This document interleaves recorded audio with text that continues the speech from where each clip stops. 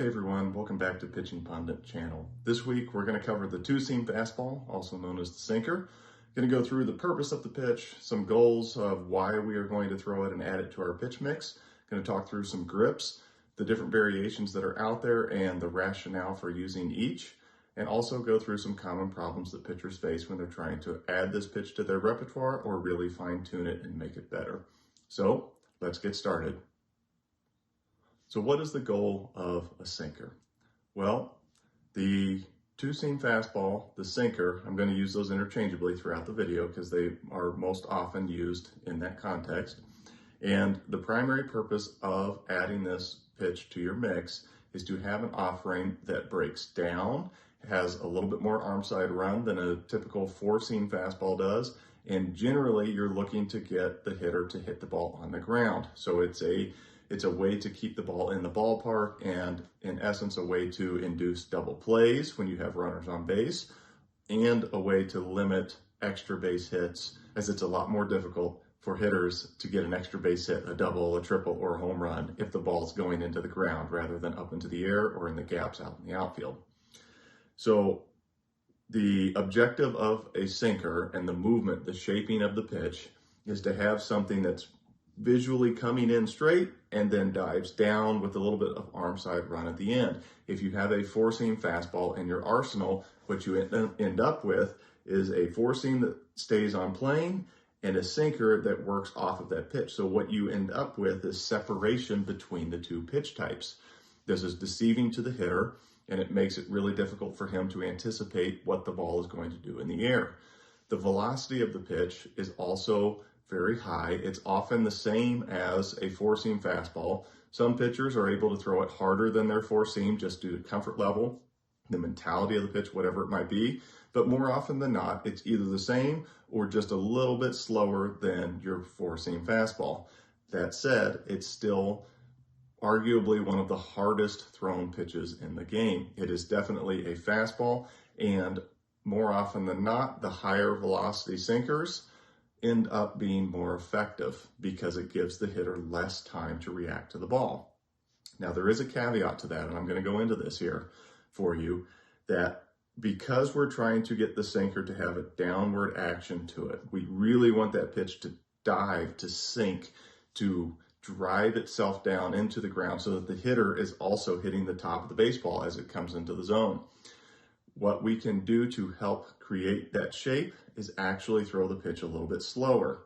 Now remember, when the pitch is thrown slower, gravity has more time to pull the ball down, because as soon as the ball leaves the pitcher's hand, gravity is pulling it down. It's a force that's acting upon the ball at all times when it's in the air, and the shorter the amount of time that it's in the air, the less gravity is actually going to impact the flight of the baseball. So if you have a sinker and it's not quite getting the depth that you're looking for, one way to add that to it is potentially just to back off a little bit and remove a couple of miles an hour of velocity. And those 2 to 3 miles an hour can make a big difference in the final overall shape of the pitch. So let's talk grips now, okay? What are some of the primary keys? What are some of the main things that we're looking for in a grip on a two-seam sinker? First off, what we want to have is we're going to start with the foundation of a two-seam grip.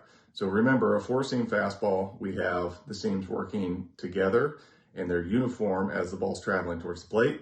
A two-seam, all it is the baseball in essence is rotated 90 degrees, and we still have similar clean rotation, but now you can see it's like railroad tracks where it's just two seams along the baseball, hence the name, the two-seam fastball. Now, when we have this, the same principles apply that were in the last video on the four-seam fastball. So the index and the middle fingers, we want them spread out just a little bit. Typically, it's that one finger's width of separation. That's a good guide for you, but you can also use the seams and the distance apart from those seams as your own guide. For medium to large size hands, keeping those fingers on the inside edge of the narrowest part of the two seams is a great place to start. If you have smaller hands, you might want to spread out just a little bit. That way you're on top of the seam. We don't want to go outside of these two seams here, because that's not going to allow us to throw the baseball and have the hand come through the way that we're going to need in order to create the movement that we want. So either on top of the seams or just inside. But again, we want to maintain a little bit of separation between these index and middle fingers so that we maintain stability and consistency throughout our release. The thumb. Again, we talked about this on the last video with the foreseam, and the thumb placement is variable from person to person, and it's very personal. It depends on your comfort level, what you do in your throw, and what the shape of the pitch is actually doing, so we can make adjustments from that. On the foreseam, we talked about having the thumb directly below so that we ended up with this tripod effect where it's very stable. On a two seam, we start off similarly up top, but the thumb typically is going to be just a little bit more towards the inside part of the baseball. And when I'm talking the inside versus the outside of the baseball, it's in reference to the center of our body. So we can think of it that way. The inside is closer to the center of our body and the outside is farther away from us. So instead of being directly underneath and in the center of the baseball with our thumb, we can shift it just a bit over towards the inside part. So what does that end up doing for us? What that does is now we have more of the baseball. If we were to slice through where our pressure points are, we have more of the baseball on the outside half, on the third base side for a right-handed pitcher, and less on the inside or the first base side. When you have more of the baseball on that side, it's naturally going to want to move that way. Why is that the case? Because what you're doing is you're putting more pressure horizontally into the baseball. You're applying a bit of a pressure and really trying to get it to go that way. And it also helps with the feeling, with the repeatability of this. It doesn't need to be huge, and we don't want to be far off where we're barely holding onto the baseball. It's still primarily centered, but just enough offset that now we're able to come through the pitch and really feel like the baseball is going to come out of our hand and move towards that arm side part of the plate. This is your general grip. I like to tell guys to have this part of your thumb right in between the digits on the baseball and try and keep it on a seam right on that bottom edge. And again, it's variable, depends on your hand size. You can tuck your thumb if you want, though most people that are throwing sinkers are not tucking their thumb. It's a lot more difficult to do. So somewhere on this region, the pad, you can put it a little bit more on the tip. That's up to you. It's a lot of different ways to get the job done with the thumb and where you have it. So that's our general basic grip. Now, when it comes out, when we actually go to throw, most pitchers are still going to be around the outside part of the baseball. So you're going to have some gyro spin to it. That's perfectly fine, and we actually need that. We want that for this pitch. So as the ball leaves our hand, we have backspin and side spin, right? We're going to have a little bit, we're going to have backspin. We're also going to have a little bit of side spin, and we're going to have some gyro spin, and it's going to come out and it's going to look something like this. Now, what do you see here on the front of the baseball? I see a nice big smooth surface with seams circling around it. This is critical for creating the movement that you want on a sinker, because this smooth surface is creating laminar flow, and this is going to be turbulent flow around the seams in this part of the baseball. And when you have that difference in laminar and turbulent flow, what you end up with is additional pressures on the baseball, and you're able to enhance the movement of the pitch. So when you're throwing this two seam, this sinker, wherever the smooth surface is on the front of the baseball, that's the general direction the ball is going to move. That's where that force is going to be applied on the baseball, and you will enhance the movement in that direction. So what we want is the smooth surface to be on the arm side of the ball and on the lower half of the sphere. And when we have that in the general plane, and it doesn't need to be perfect in this, but just having that idea and working towards that, you will see benefits in the movement of the pitch. So I'm a big proponent of high-speed cameras using your iPhones or your Android devices. They can film in 240 frames per second, some of them even higher than that. And if it's a sunny day and you have enough light, you can get high-quality footage of the ball coming out of your hand, and you can see the seam orientation and the way the ball's spinning. I highly recommend using that tool when you're adding this pitch to your repertoire. What you're able to do is if you start off with this general grip and you go out and you throw it and you find out, hey, I don't have a smooth surface on the front of the baseball, what am I supposed to do? This is where a two-seam generally has more variation than four-seam fastballs, because everybody's pronation pattern, when they're going through and they're going from supination to pronation through the baseball, the timing of that is different. The application of the fingers really finishing the pitch is different from player to player. So what you can do is you start with the same basic grip, but now we can make micro adjustments. We've turned the baseball, we've rotated. My hand has not moved. I've altered the seam orientation within my hand. I go and I throw the pitch the same way. And now when it comes out, am I getting that smooth surface where I want it to be? So the general adjustments that we start off with and that we recommend are shifting the ball a little bit this direction, maybe a little bit this way. Some guys need to climb up the baseball some guys need to go back on the baseball a little bit. But as you can see, it's just rotating the baseball in my hand. And then when you throw it, it's the same motion. You're not changing the way that you throw the two seam when you're altering the seam orientation. And what you are looking for, again, is that smooth surface on the arm side, on the front, and on the lower half of the baseball, somewhere in this region, to really have the ball move that way. Now, with those micro adjustments, some pitchers end up with some pretty unique grips, but that's okay. That's part of the fun of this experimentation and the fun of baseball and how unique every pitcher is. You might end up with a grip that looks like a one seam, because we can say there's going to be one seam rotating in that plane, and it might be in your hand like this, but the way it comes out, for whatever reason, I have that smooth surface on the front, bottom, and arm side of the baseball. It's perfect. That's your goal. That's what you want to get out of a grip. Again, highly recommend starting with this foundational grip. You can make those small adjustments off of it, and then a secondary grip to try is going across the two seams so that you still end up with that same two seam pattern, but you can alter the seam orientation where you're acting on different curves, and that might be more comfortable for you. And you can do the same where you alter the grip with micro adjustments this way, with little bits this way, whatever it might be, but either with the railroad or across the railroad. Those are your two starting points for grips. So what are some common problems that we encounter when adding the sinker to our pitch mix? Well, the first one is it's not moving right. It's not having this downward arm side action to it. What am I supposed to do? That we've already addressed some with altering the grip and making micro adjustments to it using high-speed cameras to verify what's actually occurring. I'm a big proponent that feel is not always real. That doesn't mean that we shouldn't be using feel in our development and in our pitching, because we need it and it is a vital component.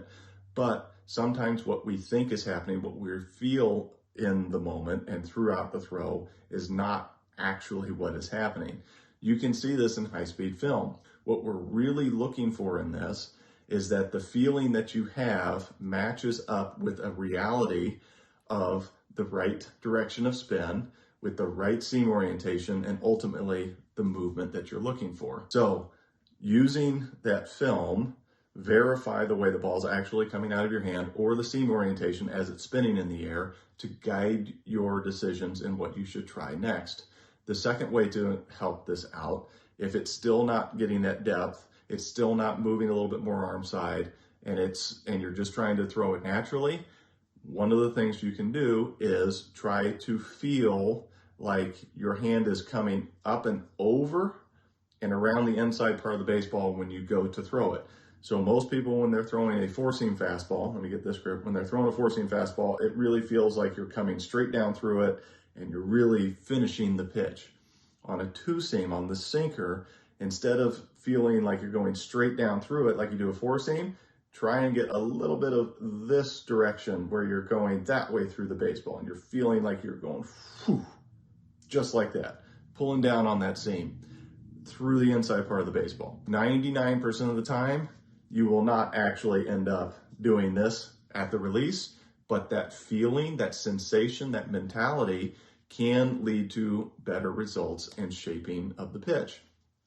So again, feel is not always real, but how can we match our feeling with the reality of what's going on and ultimately shape the pitch? So up and over and around the inside part of the baseball, but don't go overboard with this because we don't want to try and overpronate and really crank on that baseball. It's a subtle difference where instead of being perfectly behind the baseball, we're just going to come down just a little bit offset, and it's very, very slight. So start off with small adjustments on that and see what happens. A second common problem that I have seen a lot is pitchers are trying to add a sinker to their repertoire, and instead of focusing on getting this downward action so that they end up with separation from their four-seam fastball in the vertical plane, all they care about is adding arm side run. Now, I would caution against this, particularly at the collegiate levels and above, but also in high school. A running two-seam fastball, a pitch that stays more on plane with the four-seam and the vertical component, but really has a lot of arm side run, that should be effective against same-side hitters. So if you're a right-handed pitcher, this running fastball should be effective against right-handed hitters, but left-handed hitters, you're giving them a better chance of making contact with the pitch. The same is true for left-handed pitchers throwing the running fastball against right-handed hitters. Righties will have a better opportunity to make contact with that running fastball against a left-handed pitcher. Why is that the case? Well, if you think about the baseball bat and the path of the swing, when you have a running fastball that's staying on this plane, you're in essence allowing the pitch to stay on plane with the length of the baseball bat, and you're often running it into the barrel of the hitter. So because you're trying to throw this pitch hard, even if they're late, that extra run will end up allowing them to make contact with the big part of the bat and make more quality contact. So instead of really trying to see the pitch move arm side and really have that run component to it, what we want to see is depth and sink. Even if it doesn't look like it's moving as much to your eyes, it is likely going to be far more effective for you against both batter sides if the pitch is moving in the vertical plane rather than only horizontally. A third problem is over manipulation of the baseball. So while we want to make micro adjustments, and there can be slight differences in the way that we release the pitch, a two-seam release might be a little bit different than your four-seam fastball release. Players who try to really create the shape by cranking the baseball, by over manipulating the way their hand is interacting with the baseball as you're trying to throw it hard, that is not a solution that is a long-term play. Now, what you can end up with is a higher risk of injury because we're not allowing the body to move in its natural path. So that's one major reason to avoid this. But secondly, we have these wonderful things called seams that allow us to create different movements, particularly on the two-seam, on the sinker, to create this shape without having to over-manipulate the baseball and over-manipulate the throw. Instead, when we have a more natural throw and we're able to work within small adjustments off of what we do best and most comfortably, we put ourselves in a better position to repeat the pitch over and over again. If you're trying to really manipulate the ball as you're coming through, it's going to be difficult to have consistency day after day from pitch to pitch, and really month over month and over a longer period of time, it's hard to maintain that. So use the seams to your advantage, work within the bounds of the initial grip, and make micro adjustments, and that will put you in a far better position to have long-term sustained consistency with the two-seam or sinker. So there you have it. That's the two-seam fastball, also known as the sinker. We went through the purpose of the pitch, the primary goals, talked through some different grips that we can try, and a great place to start when you're adding the pitch to your mix, and also some different ways to make micro adjustments to it. And we went through some common problems that pitchers face when adding this pitch to their mix. Stay tuned to our channel as I continue to go through the 6 primary pitch types in more detail. And don't forget to check out my Udemy course, The Pitching Playbook. That course goes into more detail about how we can incorporate pitch data and use it in our daily training routines. Thanks for watching, and we'll see you soon.